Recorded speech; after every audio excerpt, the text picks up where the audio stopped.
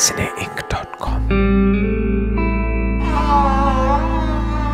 नमस्कार, मेरा नाम परवेज आलम है और मेरे साथ इस वक्त यहाँ लंदन में सिने इंक के स्टूडियो में मौजूद हैं शुभ्रांशु चौधरी। नमस्कार परवेज भाई।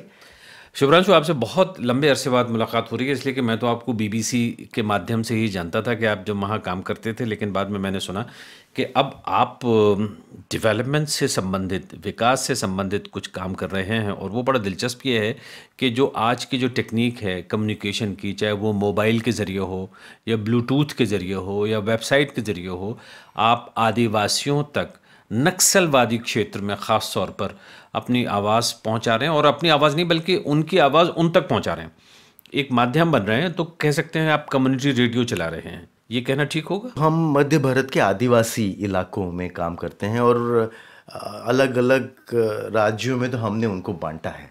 तो जैसे गोंड आदिवासी वहाँ के सबसे बड़े आदिवासी समूह हैं, वो 6 प्रदेशों में बटे हैं। थोड़े से वो आंध्र में हैं, थोड़े से तेलंगाना में हैं, थोड़ा उड़ीसा, थोड़ा महाराष्ट्र, छत्तीसगढ़ और मध्य प्रदेश। हम थोड़ा झारखंड में भी काम करते हैं। तो ये जो भाषा है गोंडी भाषा, जो कि माओवादी आंदोलन का भी लिंगुआ फ्रंका है, उसी में वो लोग बात करते हैं। आज अगर 100 माओवादी हैं तो उसमें से एक, मैं छत्तीसगढ़ और उस इलाके की बात कर रहा हूँ, एक बाहर से आया हुआ व्यक्ति है। ज़्यादातर तेलुगु है जो आंध्र से आए, और 99 जो हैं वो आदिवासी हैं और गोंडी बोलने वाले आदिवासी। कमाल की बात कह रहे हैं ये, इसका मुझे अंदाज़ा नहीं था कि गोंडी भाषा जो है, आपने बिल्कुल सही शब्द यहाँ पे इस्तेमाल किया कि लिंगुआ फ्रैंका है, यानी उनकी भाषा यही है जिसमें वो एक दूसरे से बात करते हैं। गोंडी भाषा कहलाती है। और गोंडी भाषा में हमारे देश ने 70 सालों में कोई भी इन्वेस्ट नहीं किया, कुछ भी इन्वेस्ट नहीं किया। उसमें कोई पढ़ाई नहीं होती है, वो एक भाषा भी नहीं है, वो बहुत सारी बोलियों का समुच्चय है, उसमें कोई मीडिया नहीं है। जी, तो ये बात बड़ी शॉकिंग इसलिए लग रही है कि कहाँ एक तरफ भारत सरकार जो है सैकड़ों हज़ारों करोड़ रुपए इस बात पे खर्च करती है कि किस तरह से नक्सलवादियों का मुकाबला किया जाए, और दूसरी तरफ जो कोई भी समझदार बुद्धिजीवी या किसी भी तरह का आदमी पढ़ा लिखा ये कह देगा कि भाई कम से कम भाषा के ज़रिए अगर आप लोगों तक पहुँचे तो कितना आसान होगा। आप भाषा के ज़रिए लोगों तक पहुँचते हैं इसी गोंडी के ज़रिए? एक उदाहरण मैं आपको देता हूँ कि जैसे आपने कहा कि लव हो या वॉर हो, पहली चीज़ तो कम्युनिकेशन है, भाषा है। फॉरेस्ट राइट्स एक्ट, जो कि जंगल में जो लोग रहते हैं उनके लिए है, और गोंड आदिवासी इस देश का नंबर 2 दूसरा सबसे बड़ा आदिवासी समूह है। आज तक उस भाषा में फॉरेस्ट राइट्स एक्ट का अनुवाद तक नहीं हुआ। तो मैं अगर हिंदी में फॉरेस्ट राइट्स एक्ट पढ़ लूँगा तो मैं तो फॉरेस्ट में रहता नहीं हूँ। तो आपने कानून बनाए हैं, तो हमारे यहाँ डेमोक्रेसी है, हमारा संविधान ऐसा बहुत कुछ उसमें है जो कि आदिवासियों के फ़ायदे के लिए है। लेकिन ये फेलियर हमारी डेमोक्रेसी की है कि हम बहुत सारी चीज़ें डिलीवर नहीं कर पाए।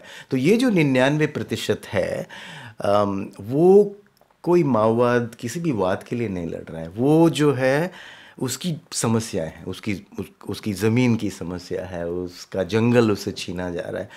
इसके लिए किसी कानून बदलने की अधिक ज़रूरत नहीं है, हमारे डेमोक्रेसी को बेहतर करने की ज़रूरत है। मैं समझ सकता हूँ। मैं वही सवाल आपसे करूँगा कि आप ये जो माध्यम है जिससे आप संवाद पैदा कर रहे हैं, वो किस तरह से पैदा कर रहे हैं और किस तरह की भाषा होती है, और कौन लोग हैं जो ये संवाद करते हैं या बातचीत करते हैं कम्युनिटी में, जिसको कहते हैं, हमारे यहाँ कहते हैं ब्रॉडकास्टर होते हैं, जो प्रसारक हैं, जो अपनी बात एक दूसरे से कह रहे हैं। तो हम कोशिश ये कर रहे हैं कि क्या बराबरी का मीडिया, जिसको आप सोशल मीडिया कहते हैं, वो रिस्पॉन्सिबल तरीके से गरीब इलाकों में या डेवलपिंग वर्ल्ड आप जिसको कहते हैं उसके लिए बनाया जा सकता है। तो वो टेक्नोलॉजी एप्रोप्रिएट टेक्नोलॉजी होनी पड़ेगी। अमेरिका ने सोशल मीडिया के लिए फेसबुक बनाया क्योंकि वहाँ पे हर के पास में इंटरनेट है, वहाँ लगभग सभी को लिखना पढ़ना आता है।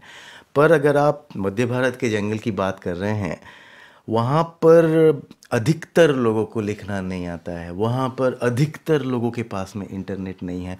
पर आप अगर एक बराबरी का मीडिया जो रिस्पॉन्सिबल हो वो बनाना चाहते हैं तो आपको मोबाइल फ़ोन का या ऑडियो का, स्वर का, वॉइस का उपयोग करना पड़ेगा, और वो उनकी बोली में हो तो अच्छा है।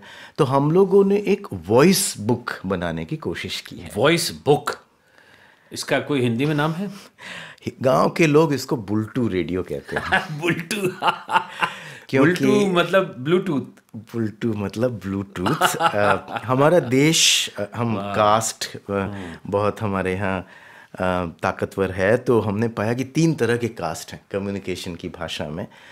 एक है इंटरनेट कास्ट, जो अपनी दुनिया में हम लोग रहते हैं। दूसरा है फोन कास्ट, वो बहुत बड़ा है हमारे ये सब देश। सवर्ण हैं। हाँ, पर तीसरा एक कास्ट है जो कि रेडियो कास्ट होना चाहिए था, जिसमें हम और आप काम करते थे, लेकिन रेडियो का तो हम लोगों ने कत्ल कर दिया हिंदुस्तान में। तो रेडियो तो उन गांव में है ही नहीं, ट्रांजिस्टर दिखता ही नहीं है। जो तीसरा कास्ट है वो है बुल्टू कास्ट। आप जितने भी रिमोट गांव में चले जाइए हिंदुस्तान में आज, इन जंगली इलाकों में, आपको वहाँ सड़क नहीं मिलेगी, वहाँ पे पानी भी नहीं है, बिजली तो है ही नहीं, पर आधा दर्जन फ़ोन ज़रूर मिल जाएंगे। तो वो रिवोल्यूशन और हो फोन गया का है। मतलब है ये मोबाइल हैंडसेट। मोबाइल हैंडसेट, और वहाँ सिग्नल भी नहीं होता है, तो जिसका वो यूज़ करते हैं वो है बुल्टू, मतलब ब्लूटूथ। ब्लूटूथ, सिग्नल भी नहीं मिल रहा, इंटरनेट भी नहीं है, तो वो मोबाइल हैंडसेट से क्या करते हैं? तो मोबाइल हैंडसेट जो है नया कैमरा है, मोबाइल हैंडसेट जो है नया टेप रिकॉर्डर है। Tip recorder. टेप रिकॉर्डर ने बदला है ना अपना हाँ, रूप। हाँ, हाँ। पहले वो कैसेट था, फिर सीडी हुआ।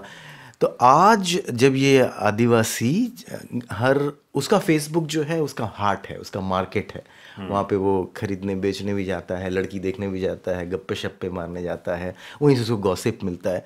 तो वहाँ एक और दुकान है आजकल, इसको कहते हैं डाउनलोड सेंटर, जिसके पास एक कंप्यूटर होता है जिसमें वो गाने रखता है। वहाँ आदिवासी लोग, भाई लोग जाते हैं, पहले तो अपना वो 2 मोबाइल रुपए लेके। दे के अपना मोबाइल चार्ज कराते हैं। अच्छा, मोबाइल चार्ज कराने भी जाते हैं वहाँ पे, क्योंकि बिजली तो है नहीं इनके पास में। उसके बाद वो 5 गाने 5 रुपए में डाउनलोड करते हैं, और फिर जब घर वापस आते हैं तो आपके पास 5 गाने हैं, मेरे पास 5 गाने हैं, फिर वो आपस में बुल्टू करते हैं। अच्छा, कर लेते हैं, वो सब जानते हैं। आपस में बुल्टू करते जैसे हैं। मैंने तो कभी आज तक ब्लूटूथ यूज़ भी नहीं किया, क्योंकि मुझे कभी ज़रूरत ही नहीं पड़ी, मुझे पता भी नहीं था, अभी भी नहीं पता है ब्लूटूथ कैसे होता है। पर धुर आदिवासी इलाकों में भी बच्चे से बच्चा, ज़्यादातर बच्चे ये करते हैं, बुल्टू कैसे करते हैं वो जानते हैं। तो हम उसका ही उपयोग करने की कोशिश कर रहे हैं कि अभी तो बुल्टू का यूज़ सिर्फ फ़ोटो ट्रांसफ़र करने और गाने ट्रांसफ़र करने में हो रहा है। क्या इसको जोड़कर हम लोग एक डेमोक्रेटिक इंडिपेंडेंट कम्युनिकेशन प्लेटफॉर्म बना सकते हैं, जहां पर जिस तरह से आखिरी व्यक्ति वोट डाल सकता है, वो बराबरी हमारे देश में आज़ादी के बाद तो से ये आई किस तरह है। से करते हैं आप? तो आखिरी व्यक्ति वोटर है, उसी तरह से आखिरी व्यक्ति भी रिपोर्टर है। इस सिद्धांत पे हम काम करते हैं कि हर कोई अपनी कहानी बोल सकता है। उसको लिखना नहीं आता है, लेकिन अपनी मातृभाषा में, हो सकता है उसकी मातृभाषा को कोई नहीं समझता है, पर वो अपनी कहानी बोल सकता है। और उसके हाथ में हथियार जो है वो फ़ोन है, पर फ़ोन में बहुत जगह पे सिग्नल नहीं है। तो हम उनसे रिक्वेस्ट कहते हैं कि जैसे आप पानी खोजते हैं वैसे ही आप सिग्नल खोजिए। तो आप गांव में जाएंगे और उनको बोलेंगे सिग्नल कहाँ मिलता है, तो थोड़ी दूर वो ले जाते हैं, किसी पहाड़ के ऊपर या किसी पेड़ के पीछे आपको सिग्नल मिल जाता है। तो हमने क्या किया है, जहाँ पर भी इंटरनेट है उसके साथ में एक फ़ोन नंबर जोड़ दिया है।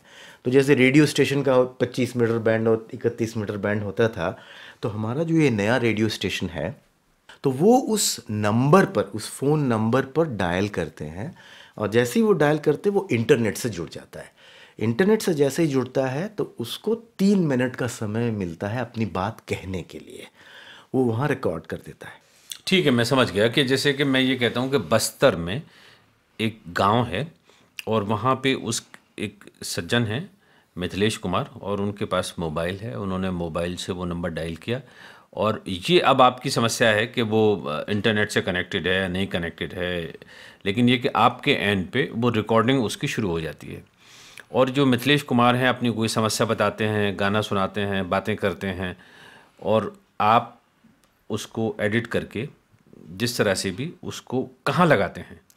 तो वो हमारे पास आ गया, हमारे इंटरनेट में आ गया। तो इंटरनेट में तो ज्योग्राफी इज़ हिस्ट्री, तो कोई भी कहीं पर बैठकर जिसके पास भी उसका पासवर्ड वो उसको सुनता है, और वो अगर गोंडी भाषा में है तो हम तो समझते नहीं हैं।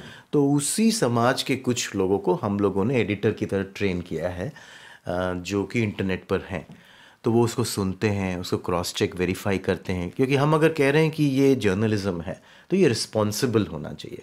फेसबुक में आप जो देख रहे हैं कि फेक न्यूज़, वो तो होना ही है, क्योंकि बाज़ार की अपनी ताकत है, पर बाज़ार में हर कोई सच तो नहीं बोलेगा, उसका लोग दुरुपयोग करेंगे, तो वो मॉडल गड़बड़ है। तो पर जो लोग एडिटर हैं वो राजा के प्रतिनिधि ना होकर क्या जनता के प्रतिनिधि हो सकते हैं? क्या वो एक बेहतर मॉडल होगा? तो क्या उसी समाज के कुछ चुने हुए लोग अगर एडिटर बने, जिनको बदला जा सके, अगर वो अच्छा काम करें तो फिर चुने, अच्छा ना करें तो बदलें, तो वो लोग जब उसको एडिट करते हैं, और कहीं पर भी बैठ के एडिट कर सकते हैं, तो इंटरनेट में वो स्क्रॉल की तरह अवेलेबल होता है, जैसे फेसबुक में ठीक है। होता है कि आखिरी वाला मैसेज फर्स्ट में और उसके बाद एक के बाद एक। मगर ये तो वेबसाइट पे होगा ना। बिल्कुल। तो जो दो बाकी और हमारे समाज के कास्ट हुए, तो दूसरा है फ़ोन कास्ट। तो इंटरनेट वाले इंटरनेट में देख लेते हैं, फ़ोन वाले को उसी नंबर को डायल करना है। जैसे आप दिन में एक बार अखबार पढ़ते हैं, वैसे ही दिन में एक बार आप उस नंबर को डायल करेंगे। तो जब आप डायल करते हैं तो वो आपको दो चॉइस देता है, संदेश रिकॉर्ड करने के लिए एक दबाइए, संदेश सुनने के लिए दो दबाइए। अच्छा, ये भी है। तो दो जब आप दबाते हैं तो आज दिन में मान लीजिए 15 मैसेजेस रिलीज हुए हैं, तो वो एक के बाद एक के बाद एक आपको वो सुनाई देता है। अच्छा, ये सुनाई तो देता है, लेकिन ये कि जो भी मिथिलेश कुमार है, जैसे मैंने नाम ऐसे ले दिया था, या सुकन्या कुमारी हैं, और उन्होंने फ़ोन किया है, और ये गोंडी भाषा वाले हैं, ये आदिवासी हैं, तो उनका तो चूना लग रहा है, इसलिए कि आप तो फ़ोन करवा रहे हैं उनसे। हाँ, और ऐसा तो लग रहा है जैसे कि फ़ोन कंपनियों के साथ में आप मिले हुए हैं और साझेदारी है, ज़्यादा से ज़्यादा फ़ोन यूज़ हो रहा है, ज़्यादा से ज़्यादा खर्चा हो रहा है, हो सकता है आपको 10% कमीशन मिलता हो। तो जैसा मैंने पहले कहा कि ये एक एक्सपेरिमेंट है, और ये एक बहुत बड़ी समस्या है, क्योंकि आप अखबार खरीदते हैं वो तो 1 रुपए का मिलता है, पर आपने 15 मैसेज सुनना है, और एक एक मैसेज अगर 2-3 मिनट का है तो 30 मिनट सुनना है। तो 30 मिनट जितना भी सस्ता हो, 5-10 रुपए तो आपके लग जाएंगे उसमें। तो ये महंगा है। तो पर उसको दूर करने के लिए अभी एक नई कंपनी आई है, नई अब ज़्यादा नहीं रही, एक नया, उसका नाम है जियो। उन्होंने मतलब ये है कि वाह, बड़ी दिलचस्प, आप अपनी बात कहिए फिर मैं कहूँगा। तो उन्होंने फ़ोन को फ्री कर दिया है कि अगर आपने इंटरनेट का डेटा लिया तो फ़ोन आप कहीं भी वॉइस मुफ्त में कर सकते हैं। तो ये क्रेडिट आपको उस कंपनी को और उसके पीछे जो टेक्नोलॉजी वाले हैं उनको देना होगा। इससे पहले सस्ता ज़रूर था, लेकिन पैसे लगते थे। आज अगर आपके पास डेटा है तो आप फ्री फ़ोन कर सकते हैं। जैसे फेसबुक, उसमें भी पैसा लगता है, पर it is free. Email, it is free. तो उसी तरह से अब हम एक ज़माने या एक जगह पर पहुंच रहे हैं जहां पे वॉइस बुक फ्री हो सकता है। नहीं, उसमें देखिए आपने जो बात की, मुझे कई उसमें परेशानियां नज़र आती हैं। एक तो ये कि आपने सिर्फ एक कंपनी का नाम ले दिया, और हो सकता है वो कंपनी अपने आप में एक समस्या है, सीधी सी बात है, कुछ लोगों को समस्या हो सकती है उससे। दूसरी बात ये कि फिर एक मोनोपोली होती है कि एक कंपनी है, पता चला वो ही है, जिसका मतलब है आप ये भी क्या, ये तो नहीं सजेस्ट कर रहे कि दुनिया भर के लोग उसी नेटवर्क पे चले जाएंगे तो फ्री में हो जाएगा, तो यानी कि बाकी जो नेटवर्क्स हैं वो बिल्कुल यूज़लेस हैं। तो तीसरी बात ये है कि बहुत से लोग, चाहे वो जियो हो या मुकेश भाई अंबानी का नाम हो, वो उनको एक सामंतवादी, एक कैपिटलिस्ट, एक पूंजीवादी के रूप में भी देखते हैं। और जिन इलाकों में आप काम कर रहे हैं, आपने खुद ही कहा कि ज़्यादातर उसमें माओवादी इलाके हैं, बहुत सारे शामिल हैं, और आदिवासी लोग हैं, गरीब हैं, परेशान लोग बाग हैं। तो ये जो आपने बात कही, ये थोड़ी सी कहीं मुझे समस्या वाली लग रही है। बिल्कुल। तो वही दर्द है, वही दवा है। तो मुकेश भाई का नाम नहीं लेना चाहता था मैं, न जियो नहीं, का हमने लेना कोई चाहता बुरी था। बात नहीं कही है, नहीं, इसलिए अगर फर्ज करोगे, जैसे आजकल तो बड़ा फैशन चल रहा है ना, 10,000 करोड़ रुपए का मानहानि का मुकदमा दायर कर देते हैं लोग ज़रा सी देर में। जी। लेकिन ये तो एक ईमानदारी की डिबेट हो रही है ना, ये उनके खिलाफ है ना उनके पक्ष में है, मगर फिर भी समस्या है। तो कॉरपोरेट्स ने ही बहुत सारी समस्या वहाँ पर पैदा की है। माओवादी कॉरपोरेट से लड़ने के लिए वहाँ गए हैं, ये सही नहीं है, पर फिर भी हम कह सकते हैं कि वहाँ एक पुश है, कॉरपोरेट्स वहाँ पे माइनिंग करना चाहते हैं तो दिक्कत है, और वो जिस तरह से माइनिंग करते हैं उसमें बहुत दिक्कत है, क्योंकि हमारा जो संविधान है वो हमको कहता है हम ये करना चाहिए, हम ये नहीं करना चाहिए, उसका अक्सर पालन नहीं हो रहा है। और हमारे जो ब्यूरोक्रेट्स हैं, हमारे जो पॉलिटिकल पार्टीज़ हैं, वो कॉरपोरेट्स के कहने पर ज़्यादा ये सब कर रहे हैं। तो समस्या है और बड़ी समस्या है।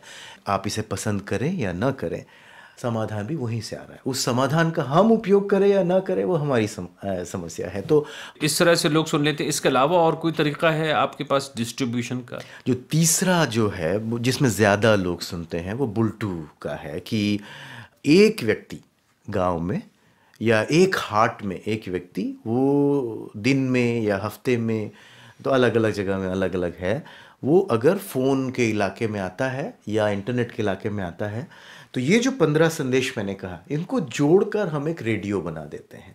उसमें कोई एक व्यक्ति थोड़ा उसका एंकर भी करता है। तो वो बुलटू रेडियो, उसके पास में अगर ऐप है तो वो एक ऑटोमेटिकली डाउनलोड कर लेता है, वरना वो फ़ोन करके भी डाउनलोड कर सकता है। ऐप किस तरह की होती है? तो अगर आपके पास में स्मार्टफोन है तो आप बुलटू ऐप, इसका हमने नाम दिया है, अच्छा अच्छा। उसको डाउनलोड कर सकते हैं, पर उसकी ज़रूरत नहीं है। पर आप अपने जो फीचर फ़ोन है उसमें दुकानदार के पास गए, दुकानदार ने वो आपको डाउनलोड करके दे दिया। हाँ। दुकानदार क्यों डाउनलोड करके देगा? उसका क्या फ़ायदा? उसको आप पैसे देते हैं क्या? तो हम अभी थोड़े लोगों को पैसे दे रहे हैं, क्योंकि अब हम ये एक्सपेरिमेंट है कि किसी के पास में बुलटू रेडियो पहुंचा। अब हम चाहते हैं कि उसके गांव में 5 और लोग हैं। जैसे एक अखबार आता है, तो वो अगर मैं ही लेकर बैठा रहूँगा तो गांव के लोग तो नहीं पढ़ पाएंगे, तो और लोग भी उसको पढ़ें। तो क्या हम उसको थोड़ा इंसेंटिव दे सकते हैं? तो इस ऐप में ऐसा है कि अगर आपने ब्लूटूथ ट्रांसफ़र करके किसी और को बुलटू रेडियो दिया, तो आपको 2 रुपये मोबाइल टॉपअप मिलेगा। तो जिस तरह से आप एजेंट को पैसे देते हैं, सो ये अभी इसका बिजनेस मॉडल पूरी तरह से नहीं बन पाया है।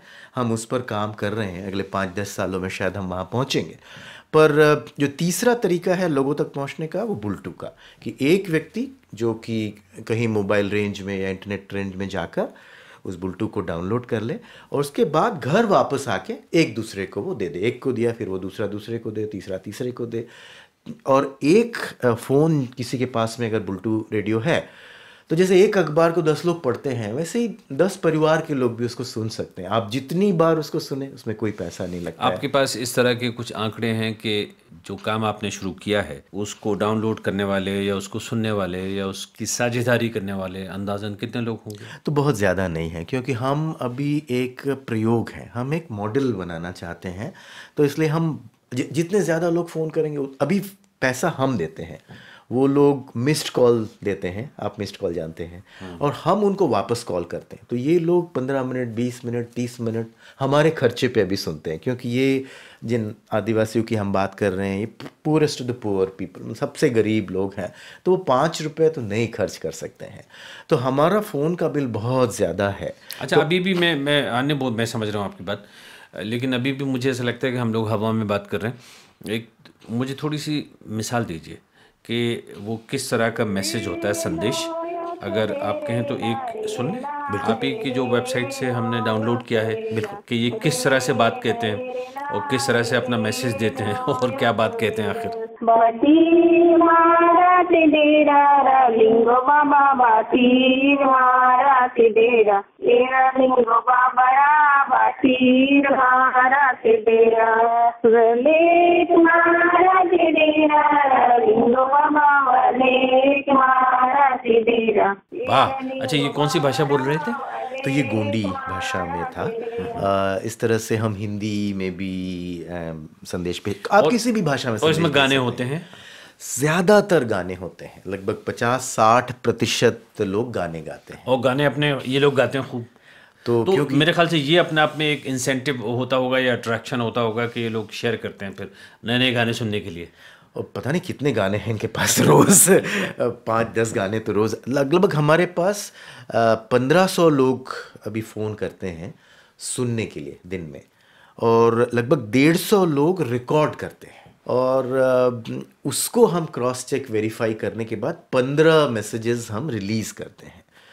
तो लगभग 10% लोग हमको वापस फ़ोन करते हैं कि थैंक यू, हमारी समस्या हल हो गई। नहीं, हल कैसे होती है लेकिन? क्या जो अधिकारी महोदय हैं वो सुन रहे हैं उसको? तो हम उनको ये सिखाते हैं कि अब बंदूक वो लोग इसलिए उठा रहे हैं क्योंकि जो मेरी समझ है कि वो होपलेस हो गए हैं, कि कोई हमारी मदद नहीं करेगा, कोई हमारी नहीं सुनेगा, जो कि केस है। और बंदूक से ही कोई रास्ता निकलेगा, किसी ने हमको बताया, वही उनका लीडर है। तो आप अपनी समस्या के बारे में बताइए, पर सिर्फ समस्या मत बताइए, समस्या के साथ में ये भी बताइए कि उस समस्या को हल करने के लिए आपने क्या क्या किया है, और अब जो सुनने वाले हैं वो आपकी मदद कैसे कर सकते हैं। तो जैसे वो बताते हैं कि हमारे यहाँ एक स्कूल है जिसमें इतने बच्चे हैं और इतने शिक्षक की पोस्टिंग है, पर वो शिक्षक कभी नहीं आता है। हम ब्लॉक एजुकेशन ऑफिसर के पास में गए, हमने इसको फ़ोन किया, हमने यहाँ धरना किया। फिर वो बताते हैं कि उस अधिकारी का नंबर ये है, अगर आप लोग सुन रहे हैं तो कृपया उनको फ़ोन करके अनुरोध करें कि हमारी मदद करें। फेसबुक, ट्विटर, इंटरनेट, सब तरफ ईमेल, सब तरफ जाता है। उसके बाद क्या होता है हमें नहीं पता, पर बहुत सारे अधिकारियों ने हमें बताया कि उनको लंदन से फ़ोन आते हैं, उनको अमेरिका से फ़ोन आते हैं, उनको, और जब हम पा रहे हैं कि जितने ज़्यादा दूर से फ़ोन आते हैं उतने ज़्यादा वो थोड़ा डरते हैं। पर आप ये भी कर सकते हैं, मैं ऐसे कर रहा हूँ, मुझे याद है तो बरसों पहले मैं कभी एक प्रोग्राम करता था दिल्ली में जब मैं होता था, तो उसमें ये होता था कि प्रोग्राम जैसे फ़र्ज़ करिए दिल्ली में डीडीए से संबंधित आई, तो समस्या हमने रिकॉर्ड की और सीधे फिर जो डीडीए का अधिकारी है उसके पास पहुंच गए। तो ये आप भी कर सकते हैं। हाँ, हम भी करते मैचिंग का हैं, काम हम भी करते कि हैं। इधर उसकी समस्या ही है, इधर जो इंस्पेक्टर ऑफ स्कूल है आप उसके पास पहुंच जाए, आप पूछेंगे भाई देखिए क्या समस्या है आपकी। तो हम ईमेल कर देते हैं कि हमें पता है कि अच्छा ये अधिकारी है और इसके ऊपर का अधिकारी है, तो हम अपनी तरफ से भी मेल कर देते हैं, पर उससे शायद बहुत ज़्यादा होता हो या नहीं, पता नहीं। तो ये हमें पता नहीं कि कैसे होता है, पर लगभग 10% लोग फ़ोन कर रहे हैं, तो हो सकता है कि उससे थोड़ी ज़्यादा समस्याएं हल हो रही हैं। ये एक पीस जर्नलिज्म का रास्ता हमको दिखता है कि लोग बंदूक उठा रहे हैं क्योंकि उनकी समस्याएं नहीं हल हो रही हैं। तो क्या हम अपना कम्युनिकेशन प्लेटफॉर्म कुछ ऐसा बना सकें कि लोग अपनी बात कह सकें, लोग आपस में एक दूसरे की मदद करके अपनी अब समस्याएं आपका हल रोल कर बड़ा सकें। ख़तरनाक है, इसलिए कि बहुत मुमकिन है कि सरकार आपको संदिग्ध नज़र से देखे, मशकूक नज़र से शक करे कि भाई ये बहुत ज़्यादा ये नक्सलवादी जो इलाके हैं जहाँ बंदूक लोग उठाए हुए हैं और हिंसा भी होती है, तशद्दुद होता है, वहाँ पे वाक़यात होते हैं। आप पता है शुभ्रांशु चौधरी जी जो सीजी नेटवर्क है ये कर क्या रहे हैं इसके माध्यम से, एक तो ये हुआ। दूसरी बात ये भी है कि जो नक्सलवादी हैं वो भी आप पे क्यों भरोसा करें, हो सकता है वो आपको सरकारी एजेंट समझ लें। तीसरी बात ये कि कोई आपको जियो नेटवर्क का एजेंट समझ सकता है जो मैंने समझ लिया था गलती से। तो बड़ा ये इंटरेस्टिंग है परवेज़ भाई, जैसे हमारी टीम, हम तो इंटीरियर के इलाकों में काम करते हैं, तो अक्सर हमारी मुलाकात माओवादी के दलों से होती है। तो वो हम लोग रोज़ गांव जाते हैं, 2-3 गांव रोज़ जाते हैं, और हमारी जो टोली है हम नाच गाना पपेट शो उसके माध्यम से ये कहानी बताने की कोशिश करते हैं कि पहले तो राजा था, आप वोट नहीं डालते थे, अभी आप वोट डाल के राजा बनाते हैं, जिसको हम प्रधानमंत्री मुख्यमंत्री कहते हैं, उसको आप बदल भी सकते हैं। वैसे ही आप भी रिपोर्टर बन सकते हैं, वैसे ही आप भी अपना रेडियो चला सकते हैं। लोगों को समझ में नहीं आता है, पर एक ब्रेक द आइस होता है, उसके बाद उसकी प्रक्रिया है उनको सिखाने की।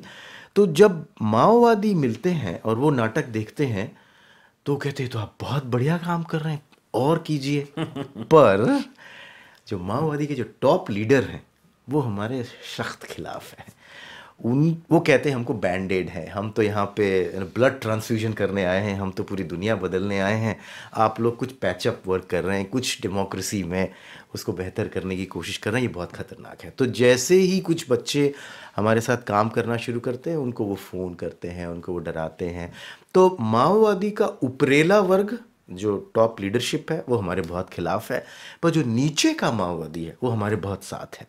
इसके बिल्कुल विपरीत जो टॉप अधिकारी है उसको ये समझ में आता है कि अच्छा ये तो डेमोक्रेसी को स्ट्रेंथन करेगा, इससे ही पीस लॉन्ग टर्म में आएगा, क्योंकि लोगों का विश्वास डेमोक्रेसी में बढ़ता है, लोगों को आशा बढ़ती है। जैसे हम दिल्ली में बैठ के या लंदन में बैठ के बंदूक नहीं चलाते हैं, हम इससे नाराज़ हैं तो उसके पास जा सकते हैं, हमें आशा है कि कुछ बदलाव हो सकता है।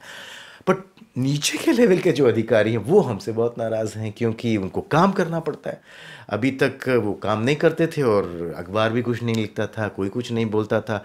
पर अब उनके पास फ़ोन आने लगते हैं, इधर से उधर से, कोई बैंगलोर से फ़ोन करता है, कोई दिल्ली से फ़ोन करता है, तो उनको वो हैंडपम्प ठीक करना पड़ता है, उस स्कूल में वो टीचर भेजना पड़ता एक है। बात मुझे बताइए, जब ये लोग मैसेज देते हैं एक दूसरे के साथ में, ये जो अपनी गोंडी भाषा में जो आदिवासी हैं, और जैसे हमने पहले ये बात कही कि ये बहुत सारे ऐसे इलाके हैं जो नक्सलवादी बहुल इलाके भी माने जाते हैं मध्य भारत में, तो ये भी संभव है कि कुछ ऐसे संदेश भी आ जा सकते हैं जिनमें कुछ इधर उधर की बात हो, इशारों इशारों में। बिल्कुल, तो इसलिए कोई भी मैसेज अनचेक्ड नहीं जाता है, तो इसलिए वो मॉडरेटर या एडिटर जो भी आप कहें, वो लेयर बीच में है और वो सारे मैसेजेस चेक करते हैं और जिसने भी फ़ोन किया उसको वापस फ़ोन करते हैं।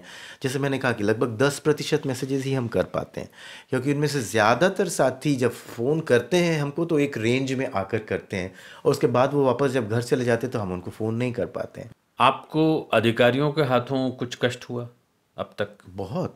हम्म। जब हमने शुरू किया, जो आपने बात कही, तो पहले तो हम लोगों को माओवादी कहा गया कि ये तो उनके एजेंट हैं। मैंने 2 आदिवासी लड़कों के साथ काम शुरू किया, एक गोंडी था और एक कुड़ुक। वहाँ 2 आदिवासी प्रमुख वर्ग हैं छत्तीसगढ़ में। नॉर्थ में है ओरांव, उनकी भाषा है कुड़ुक, साउथ में है गोंड, उनकी भाषा है गोंडी।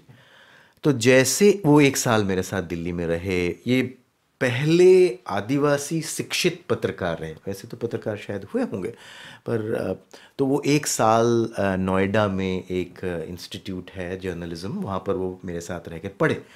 और जैसे ही वो गोंडी बोलने वाला लड़का वापस गया, उसको अरेस्ट कर लिया, उसको 2 साल तक जेल में रखा। सोनी सूरी का नाम आपने सुना होगा। हाँ हाँ हाँ। वो कहानी वहीं से निकल के आती है। तो अच्छा अच्छा। सोनी सूरी भी साथ में अरेस्ट हुई उस लड़के के साथ। थोड़े लोगों को बता दीजिए सोनी सूरी की जो कहानी है, छोटी सी बहुत।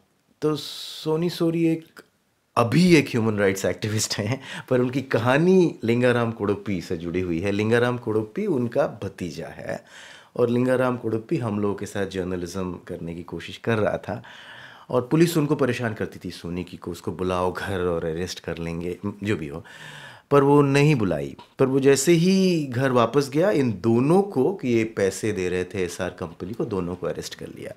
उसके बाद सोनी जी के साथ में बहुत अत्याचार हुआ, शारीरिक, पुलिस की हिरासत में, इस तरह तो के एक ये पक्ष हुआ कि जिसमें सरकार आपको शक की नज़र से देखती है, और दूसरी तरफ आपने खुद ही कहा कि जो नक्सलवादी हैं उनके जो टॉप लीडर्स हैं वो भी आपको शक की नज़र से देखते हैं। बिल्कुल। तो जैसे ये हमारा नुकसान उठाना पड़ा कुछ उनके हाथों, जैसे पता चला किसी 4 लोगों ने मैसेज भेज दिए, मासूम लोग हैं, उनके साथ में कभी कुछ वाक़या हुआ? काफ़ी।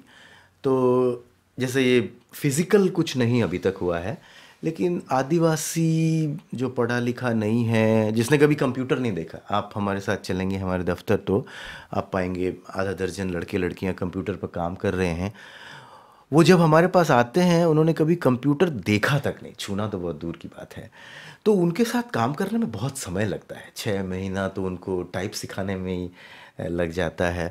तो लंबी मेहनत के बाद जब वो तैयार होते हैं, उनके घर में कोई पहुंच जाता है माओवादी कि ये सीजी नेट में काम नहीं करना है। तो ऐसे कई वाकये हैं जहाँ पर हमने लंबा काम करके किसी को तैयार किया और फिर उसने कहा कि हमारे घर में अब दिक्कत है, तो हमको उनको कहना पड़ता है कि आप वापस चले जाओ, क्योंकि आपके माता पिता की शारीरिक सुरक्षा की जिम्मेदारी तो हम लोग नहीं ले सकते हैं। तो उनकी तरफ से इस तरह के हमले लगातार हो रहे हैं। मध्य भारत में आपने कहा कि आप के कदम कुछ पहुँचे हैं, ज़रा कुछ इलाकों के नाम बताइए, कहाँ कहाँ आप पहुँचते हैं? छत्तीसगढ़ के जो आदिवासी इलाके हैं, जैसे छत्तीसगढ़ में आप खुद कहाँ बेस्ड हैं? रायपुर में? मैं रायपुर शहर में रहता हूँ। वहाँ पर हमारा एक छोटा सा दफ्तर है, जहाँ पर हमारा सर्वर इसको कहते हैं, जहाँ पर हमारी ये लोग फ़ोन करते हैं, वो इंटरनेट वो रखा हुआ है। वहाँ पे कुछ साथी जो आदिवासी साथी हैं मूलतः, वो बैठते हैं, और क्योंकि आपके पास फास्ट इंटरनेट होना चाहिए। तो छत्तीसगढ़ 3 हिस्सों में बटा है, नॉर्थ, साउथ और मिडिल में आदिवासी नहीं है, वहीं पर रायपुर है। उत्तर के आदिवासी इलाकों में हम काम करते हैं और दक्षिण के आदिवासी इलाकों में हम काम करते हैं। मैंने देखा आपकी सीजी नेटवर्क पे, क्या सीजी का फुल फॉर्म है सेंट्रल गोंडवाना। अगर कोई इस वक्त सर्च करना चाहे तो कैसे सर्च करेगा? तो CGNet Swara SWARA.org ये हमारा वेबसाइट है। इसमें मुख्यतः इस पे मैंने आपकी वेबसाइट पे देखा कि इसमें मुझे बिहार का भी मैसेज मिला, बिल्कुल। और मुजफ्फरपुर का, तो वहाँ तक भी पहुँचते हैं आप? तो कोई भी कहीं से भी रिकॉर्ड कर सकता है। वेबसाइट पे तो कहीं से भी कर सकता है ना? तो यही नंबर जो है, हाँ। इस जैसे इसका नंबर बेंगलोर का है जहां हमने शुरू किया था पहले। आपकी फंडिंग कहाँ से होती है? अभी हम 100% ग्रांट पर हैं। किसकी ग्रांट पर? तो हमें बहुत सारे लोगों ने ग्रांट दिया है। हम पिछले 15 साल से काम कर रहे हैं। तो पहले के 5 सालों में तो मैं अपने खर्चे से इस पे थोड़ा थोड़ा काम करता रहा। फिर 2-3 साल मुझे एक फेलोशिप मिली, इंडिविजुअल फेलोशिप, उस पर हम काम करते रहे। पिछले 5 से 7 सालों में हमको यूएन ने फंड किया है, हमको गेट्स फाउंडेशन ने फंड किया है, हमको मैकार्थर फाउंडेशन, हीवॉस, तमाम लोगों ने फंड किया है। अभी हमारे पास में एक भारत में संस्था है, independent and public spirited media foundation, वो सपोर्ट कर रहे हैं। टाटा ट्रस्ट हमको सपोर्ट कर रहा है। तो बहुत सारे लोगों ने सपोर्ट किया है और कर रहे हैं, पर ये कहानी रुकनी चाहिए। हम अभी एक नया प्रयोग शुरू कर रहे हैं, इसी साल या अगले साल, अगले 5 साल हम समझते हैं उसमें लगेंगे, जहाँ पर हम हमारे जो श्रोता हैं, हमारे जो श्रोता हैं वही रिपोर्टर हैं, क्या उनकी आय थोड़ी बढ़ सकती है, इस पर हम काम करना चाहते हैं। और उनके बढ़े हुए आय के एक हिस्से से क्या उनका कम्युनिकेशन प्लेटफॉर्म चल सकता है। मतलब ये कि आप थोड़ा सा उनकी जो इनकम है उसमें इजाफा हो, उनको थोड़ा 2 पैसे की जगह 4 पैसे मिल जाएं, और जब 4 पैसे मिल जाएं तो वो खुद ही अपने आप ही एंटरप्रेन्योर बन जाएं और अपना नेटवर्क आगे चलाएं। तो बुलटू रेडियो ऐसा बने, ऐसा हम चाहते हैं। वहाँ तक हम अभी पहुँचे नहीं हैं। बुलटू रेडियो, मुझे नाम बड़ा अच्छा लग रहा है, बुलटू रेडियो, यानी ब्लूटूथ। जो अभी लोग बीच में अगर किसी ने सुनना शुरू किया हो, बुलटू का मतलब है ब्लूटूथ, लेकिन वहाँ पे आदिवासी उसको बुलटू रेडियो कहते हैं। तो हम इसको वॉइस बुक कहते हैं, पर गांव के लोग रेडियो समझते हैं, तो वो फ़ोन पर सुनाई देता है और वो बुलटू से एक दूसरे के पास देखिए, मैंने आप जितने भी, मुझे लगता था कि सवाल वाजिब हैं, कम समय में वो कर लेने चाहिए, ज़रूरी हैं, लेकिन मैं साथ में ये भी बताना चाहूँगा जो लोग भी इस प्रोग्राम को सुन रहे हैं कि शुभ्रांशु चौधरी को मैंने कई साल जाना, जब मैं बीबीसी में प्रोड्यूसर होता था हिंदी सर्विस में और बीबीसी वर्ल्ड में भी, और मैंने शुभ्रांशु चौधरी का वो रूप और वो जलवा भी देखा है जब ये बीबीसी दिल्ली में एक प्रोड्यूसर के हैसियत से काम कर रहे थे। और जितने भी बड़े यहाँ से संवाददाता जाते थे लंदन से, बीबीसी के बड़े ब्यूरो चीफ वगैरह वगैरह, ये उनके साथ में मिलके काम करते थे। न सिर्फ काम करते थे बल्कि उनके साथ में पूरे भारत में, भारत से बाहर भी ट्रैवल करते थे। शुभ्रांशु, भारत से बाहर कहाँ गए आप? तो मैं साउथ एशिया प्रोड्यूसर था, तो पूरा दक्षिण एशिया हम लोग घूमते थे उस समय। उनके साथ में किन के साथ में गए आप?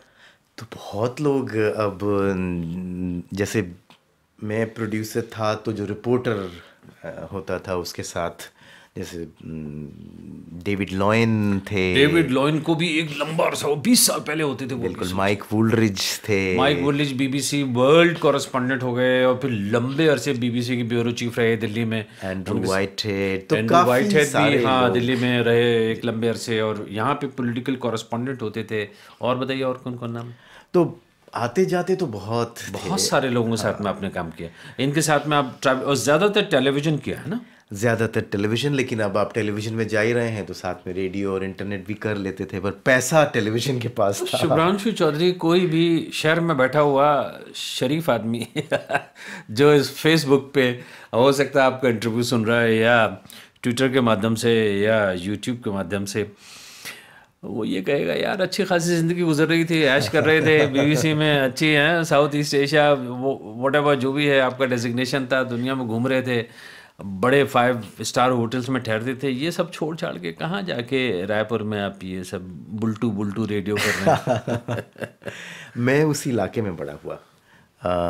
मेरे पेरेंट्स रेफ्यूजीज़ हैं, वो जो अभी बांग्लादेश है, तो वो गलत समय में, गलत रिलीजन, गलत जगह, जो भी हम कह लें, तो पाकिस्तान, ईस्ट पाकिस्तान था। तो मैं आदिवासियों के साथ ही बड़ा हुआ।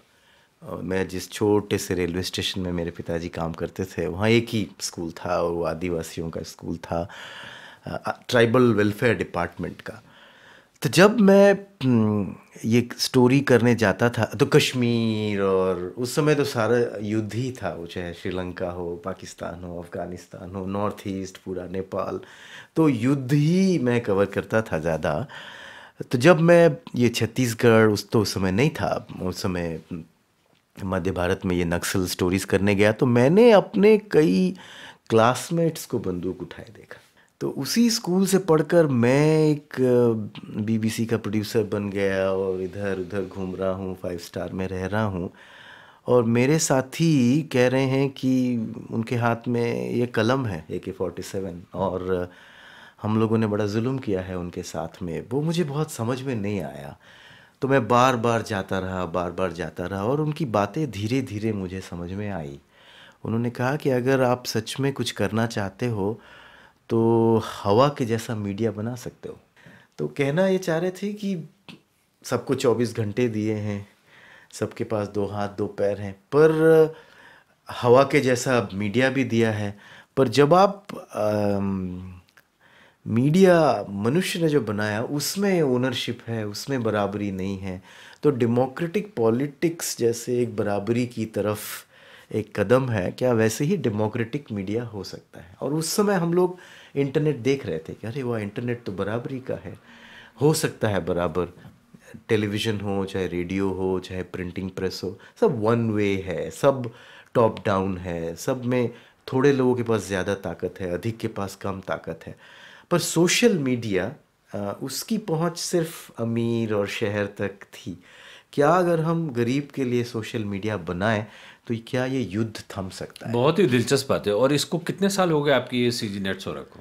तो 15 साल होने को आ रहे हैं, 15 2004। साल आपने ये काम कहाँ से शुरू करके और एक अच्छी मंजिल तक पहुँचाया आपने। यहाँ लंदन में आपका आना किस लिए हुआ? तो यहाँ बीबीसी तो मैंने छोड़ दिया, लेकिन वो मुझे छोड़ना नहीं चाहते हैं। तो यहाँ एक बीबीसी मीडिया एक्शन है, बीबीसी का हाँ, हिस्सा जो है। बीबीसी ट्रस्ट कहलाता था पहले। जी। बीबीसी ट्रस्ट एक तो वो है जो बीबीसी को गवर्न करता है, एक बीबीसी ट्रस्ट वो है जिसके माध्यम से एजुकेशन, शिक्षा के प्रोग्राम्स वगैरह होते हैं। बिल्कुल। तो बीबीसी एक्शन इसका नाम है, BBC media action BBC media action ji. का मैं एक ट्रस्टी हूँ। तो उनकी बैठक हर 3 महीने में होती है।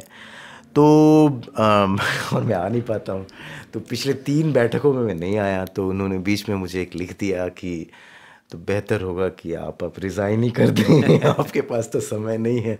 तो हम लोग अभी पिछले 2 अक्टूबर से हम लोग एक पद यात्रा कर रहे थे। 2 अक्टूबर गांधी जी की 150वीं जयंती की शुरुआत हुई है। तो उसमें हम यही जो साथी जुड़े हैं पिछले 15 सालों में, जो ज़्यादातर आदिवासी हैं, रिपोर्टर बने हैं, गोंडी भाषी हैं, हम लोगों ने तय किया कि क्यों नहीं एक शांति की मुहिम चलाई जाए। कि यहाँ पर एक युद्ध चल रहा है, युद्ध तो नहीं, जिसमें रोज़ लोग मारे जा रहे हैं। सरकारी आंकड़ों के अनुसार पिछले 20 सालों में 12,000 लोग मारे गए हैं। कहाँ पे? मध्य भारत में। जो ये नक्सलवादी हिंसा या प्रतिहिंसा जो भी उसको कहें, 12,000 बहुत कम है, क्योंकि हमारी समझ है कि इंटीरियर के इलाकों में जो हत्याएं हो रही हैं उनको कोई रिकॉर्ड भी नहीं करता है, तो उससे भी काफ़ी ज़्यादा है। फिर भी आपका क्या अंदाज़ा है? अब अंदाज तो नहीं है कुछ, पर ज़्यादा होना चाहिए। बट जो भी हो, एक हत्या भी हत्या है और 12,000 भी हत्या है। क्या हम उसको रोक सकते हैं? क्या जिस तरह से हम लोग एक नए तरह का मीडिया बनाने की कोशिश कर रहे हैं, क्या कुछ प्रयास हो सकता है कि नया ज़माना है, नए तरीके से इन पुरानी समस्याओं का हल किया जाए? तो हम ये पैदल चल रहे थे, और चलते चलते फिर मैं वहीं से सीधा यहाँ लंदन पहुँचा और उस मीटिंग में था। और पिछले हफ्ते भर से यहाँ कुछ संस्थाएं हैं जो कि तमाम दुनिया में जो कॉन्फ्लिक्ट्स हैं वहाँ मदद करते हैं। जैसे माओवादी हिंसा अगर बस्तर में है, तो वही फिलीपींस में भी है, वही नेपाल में थी, वहीं कोलंबिया में थी। तो कुछ जगहों में वो हल हो गया, नेपाल में सॉल्यूशन आ गया, कोलंबिया में एक एकॉर्ड साइन हुआ है, फिलीपींस में अभी नहीं हुआ है, वहाँ पे एक शांति प्रक्रिया चल रही है। तो मैं उनके साथ मिलके थोड़ा समझ बनाने की कोशिश कर रहा था कि हम जो शांति प्रक्रिया करना चाहते हैं उसमें क्या मदद लोगों से हमको मिल सकती मतलब है। ये कि एक तरह से अंतर्राष्ट्रीयकरण, इंटरनेशनलाइजेशन, अब देखिए पीस मूवमेंट का उसमें कोई मसला नहीं है। जैसे हमको एक दूसरे से सीखना चाहिए कि हमको ही सब आता है, ये तो सही नहीं है। हम अगर अब यहाँ पर ब्रिटेन में आपका नॉर्दर्न आयरलैंड या आयरिश की समस्या थी, वो आपने हल किया, तो कैसे हल किया ना। कश्मीर की समस्या हम नहीं हल कर पा रहे हैं, तो मुझे लगता है कि ठीक है, कोई कॉपी पेस्ट सोल्यूशन शायद नहीं होगा कि जो ब्रिटेन में हुआ वो कश्मीर में हो जाएगा, ज़रूरी नहीं है। पर क्या हम सीख सकते हैं, क्या समझ बना सकते हैं, तो वो कोशिश मुझे लगता है होनी चाहिए कि हम समझें। और उसके लिए लंदन एक बहुत अच्छी जगह है जहाँ पे बहुत सारे लोग इस तरह का काम लंबे समय से कर बहुत रहे हैं। दिलचस्प बात। शुभ्रांशु चौधरी, आपसे बात करके बहुत मज़ा आया है और मुझे लगता है कि जितनी बातें मैंने सुनी आप, उसमें बहुत सारी बातें मैंने पहली बार सुनी हैं। तो मुझे सबसे ज़्यादा खुशी अपने लिए हुई कि मेरी जानकारी में खासा इजाफा हुआ। और मुझे यकीन है कि जो भी बहुत सारे लोग सुन रहे हैं, ख़ास तौर पे शहरों में रहने वाले, जो ये जो कास्ट सिस्टम है जैसे आपने कहा इंटरनेट वगैरह ऊपर के वर्ग के लोग हैं, उन्होंने भी देखा होगा कि नीचे की दुनिया है क्या, गरीबों की दुनिया क्या है, बस्तरवासी जिनको बोलते हैं, आदिवासी बोलते हैं, नक्सलवादी बोलते हैं, उनकी दुनिया है क्या। बताइए, सोचिए किस तरह से उनको एक मैसेज सुनने के लिए कितनी परेशानी का सामना करना पड़ता है और मैसेज पहुंचाने वालों के लिए क्या क्या किस तरह के चैलेंजेस हैं। बहुत बहुत शुक्रिया आपका। आपने मुझे मौका दिया, बहुत बहुत धन्यवाद। cineinc.com